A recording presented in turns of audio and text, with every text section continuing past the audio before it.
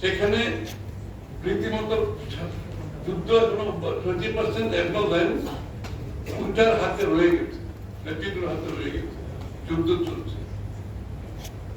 বাংলাদেশ সেই করিডোরের মাধ্যমে যে কথা বলা হচ্ছে, যে আপনারা কেউ বলবে ওরা কিন্তু একটা কথা বলছে, এইটা যদি হয়, করিডোরটা যদি আমরা দিই, তাহলে আরাকান আর্মির মাধ্যমে আমরা তাদের রোহিঙ্গাগুলোকে ফেরত পাঠাবো।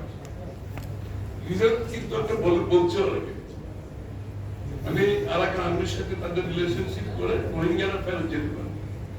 আপনার খেয়াল করছেন কিছুদিন আগে বলবো, ওই নেপিডোর সাথে কথা বলে ব্যাংককে বললো যে 1,80,000 রোহিঙ্গা ফিরে যাবে।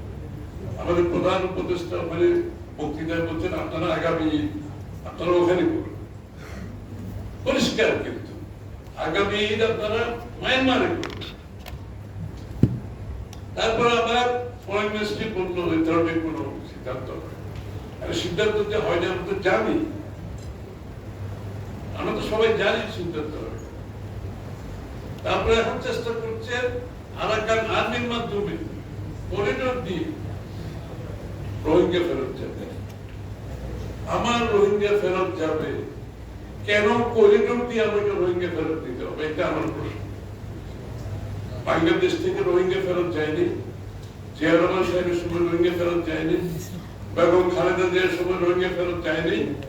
কি করিডোর দিয়ে হয়েছিল? এরকম করিডোর, এরকম কন্ডিশনাল টু আপনার করিডোর হতে হবে। রোহিঙ্গা ফেরত যাওয়াটা তাদের সিটিজেনশিপ, তাদের নাগরিক অধিকার, তাদের মানব অধিকার, আইনগতভাবে তারা সেখানে ফেরত যেতে হবে, ওই ডিগনিটি এবং তাদের সিকিউরিটি নিশ্চিত করতে হবে। এটাই হতে হবে বাংলাদেশের পজিশন। করিডোর দিয়ে আমি কন্ডিশনালি ওদের সুযোগ সুবিধা, সুবিধাটা কাদের? Arakan army.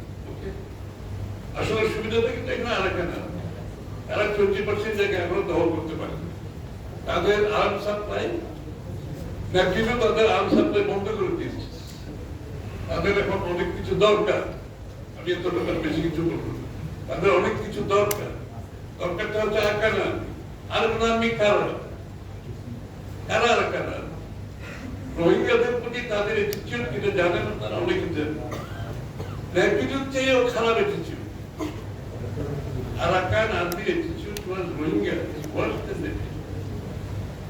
আরাকান আর্মি বাংলাদেশের অভ্যন্তরীণ ইনকাশন, আরাকান আর্মির লোকজন আমাদের দেশের ভিতরে সাংস্কৃতিক অনুষ্ঠানে যোগ দিচ্ছে, আমাদের দেশের ভিতরে ধর্মীয় অনুষ্ঠানে যোগ দিচ্ছে।